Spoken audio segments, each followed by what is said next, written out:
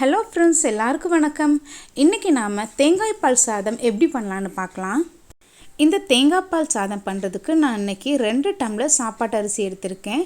2 tumbler சாப்பாட்டு அரிசிக்கு 4 tumbler தேங்காய் பால் தேவைப்படும்.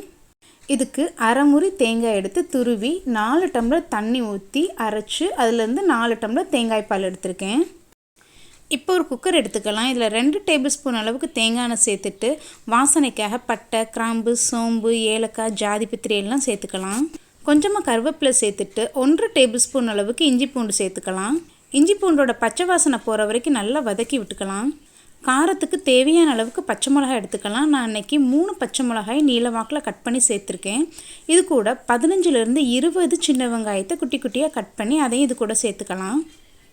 ஒருவேளை நீங்கள் பெரிய வெங்காயம் சேர்க்குறதா இருந்தால் 2 மீடியம் சைஸ் பெரிய வெங்காயம் சேர்த்துக்கோங்க.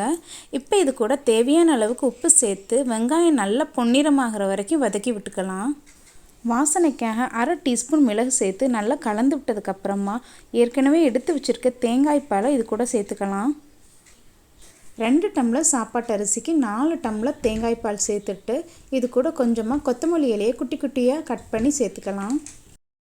இப்போ இது கூட நாம் ஊற வச்சுருக்க அரிசியும் சேர்த்து நல்லா கலந்து விட்டுக்கலாம். நல்லா கலந்து விட்டதுக்கப்புறமா உப்பு டேஸ்ட் பண்ணி பார்த்துக்கோங்க. எப்போவுமே ஒரு உப்பு தூக்கலாக இருக்க மாதிரி பார்த்துக்கோங்க. அப்படின்னா தான் சாதம் வெந்து வரும்போது உப்போட அளவு கரெக்டாக இருக்கும். இப்போ எனக்கு கொஞ்சம் உப்பு கம்மியாக இருக்குது, அதனால் இது கூட கொஞ்சமாக உப்பு சேர்த்து நல்லா கலந்து விட்டுக்கிறேன். நல்லா கலந்து விட்டதுக்கப்புறமா குக்கர் மூடி போட்டு வச்சிடலாம். மீடியம் ஃப்ளேமில் ஒரு விசில் வரட்டும். விசில் வந்துடுச்சு. ப்ரெஷரெல்லாம் போனதுக்கப்புறமா ஓப்பன் பண்ணலாம். அவ்வளோதான் ஃப்ரெண்ட்ஸ், சுவையான தேங்காய் பால் சாதம் ரெடி ஆகிடுச்சு. பாருங்கள், ஒன்றோட ஒன்று ஒட்டாமல் குழையாமல் நல்லா வந்திருக்கு. இதோட டேஸ்ட்டும் ரொம்ப நல்லா வந்திருக்கு. இந்த தேங்காய் பால் சாதத்துக்கு சைட் டிஷ்ஷாக சிக்கன் குழம்பு, மட்டன் குழம்பு ரொம்ப நல்லாயிருக்கும். காளான் கிரேவி கூட ரொம்ப டேஸ்ட்டாக இருக்கும். ஃப்ரெண்ட்ஸ், கண்டிப்பாக நீங்களும் இந்த தேங்காய் பால் சாதத்தை உங்கள் வீட்டில் ட்ரை பண்ணி பாருங்கள். உங்களுக்கு இந்த ரெசிபி பிடிச்சிருந்ததுன்னா மறக்காமல் நம்ம சேனலுக்கு சப்ஸ்கிரைப் பண்ணுங்கள். தேங்க்யூ.